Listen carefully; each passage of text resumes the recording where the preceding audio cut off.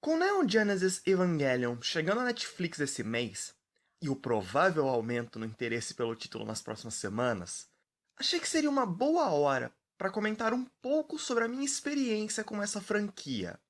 Porque eu não gosto de Evangelion, mas. Bom, calma, me escuta um pouquinho. Eu comecei a ver animes lá para meados de 2010, mais ou menos, no meu último ano do ensino médio. Sim, eu vi vários animes quando criança, mas até então eu nunca havia pensado neles como uma mídia distinta de qualquer outra. Eram, bom, só mais um monte de desenhos. Mas encurtando uma longa história, Evangelion está ali entre os primeiros, 10 a 20 animes que eu assisti na época. E vamos dizer que a minha experiência não foi lá muito boa. Antes de assistir o anime, eu vi alguns comentários sobre como ele era difícil de entender. E ao terminá-lo, a minha reação imediata foi algo como: bom, é claro que ninguém entendeu, não tenho o que entender aqui para começo de conversa. Uma reação um tanto quanto injusta, é verdade. Evangelion tem algumas mensagens com as quais vale a pena se engajar, sobretudo no que tange as relações que as pessoas estabelecem uns com as outras. O dilema do ouriço, como a série chama, referenciando Schopenhauer. O problema que eu tenho e que eu tive na época com Evangelion é menos a sua temática e mais a sua lore. Bem pouca coisa é explicada e termos são jogados à torta e à direita. O maior exemplo disso são os anjos. Afinal, quem teve a brilhante ideia de chamar esses monstros gigantes de anjos? E eles têm alguma relação com os anjos da Bíblia? É uma pergunta que os próprios personagens fazem algumas vezes ao longo do anime, sem nunca ser dada uma resposta.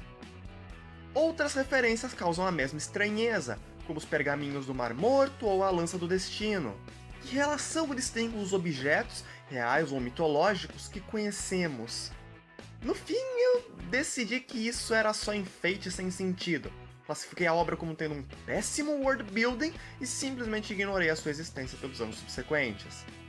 Hoje em dia, eu posso dizer que estava basicamente certo, mas calma, deixa eu terminar.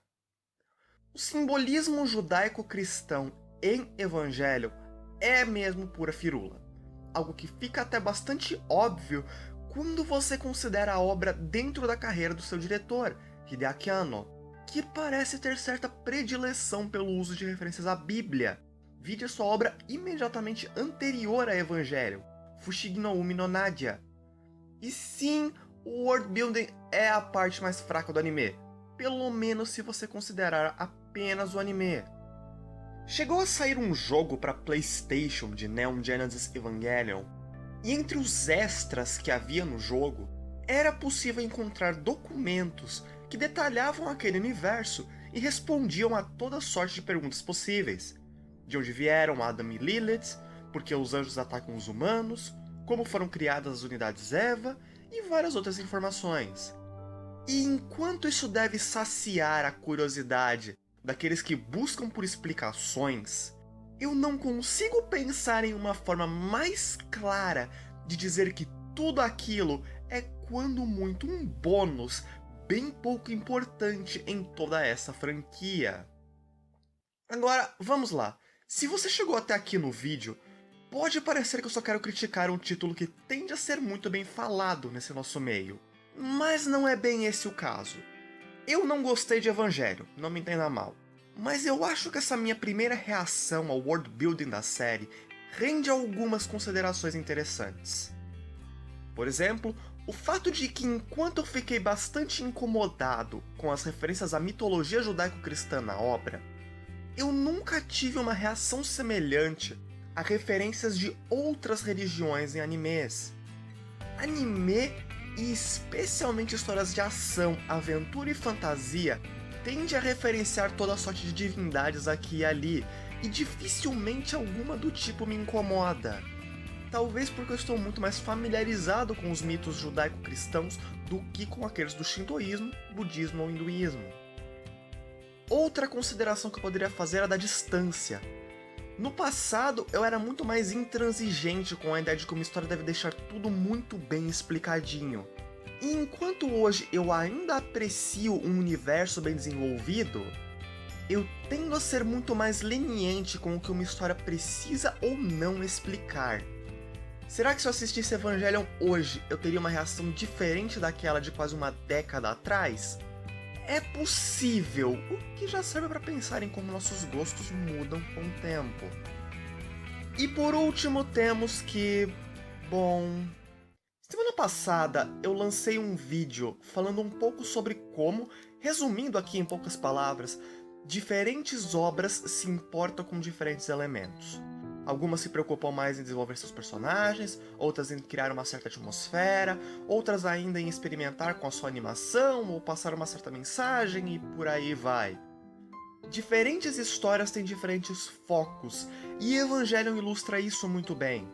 O mundo não importa aqui, não é uma preocupação da história, que está muito mais focada nos seus personagens e nos seus temas. Mas eu também coloquei naquele vídeo que diferentes pessoas se importam com diferentes elementos de uma obra. World building era e ainda é uma faceta da ficção que me interessa bastante, por exemplo. Eu terminei o vídeo perguntando como fica quando aquilo que uma obra quer fazer e aquilo que o espectador quer ver entram em conflito. Como você julga uma obra quando isso acontece? Evangelion não me agradou, ponto. Mas ele não me agradou porque não era o que eu queria ver. Seria justo dizer que é uma obra ruim? Eu acho que não, e justamente por isso me parece um caso interessante de se comentar. Ainda hoje eu não recomendaria Evangelion para quem gosta de histórias muito bem explicadas, ou para pessoas que busquem por um bom world building na ficção que consomem. Mas isso é menos um julgamento da obra e mais uma constatação de quais são as suas intenções. E no fim, talvez essa seja mesmo a melhor abordagem para toda essa problemática. Reconhecer quando uma obra não é para você, e entender que isso não necessariamente a torna ruim. Entender que diferentes histórias têm diferentes intenções e diferentes apelos. E se o que uma obra quer fazer não é o que você quer ver, bom, tudo bem. Não sei se algum dia eu daria uma segunda chance a Evangelho, e diria que provavelmente não. No meu Anime List a série está com uma nota 6, e assim irá ficar. Minhas notas refletem o meu divertimento com a obra, nada mais.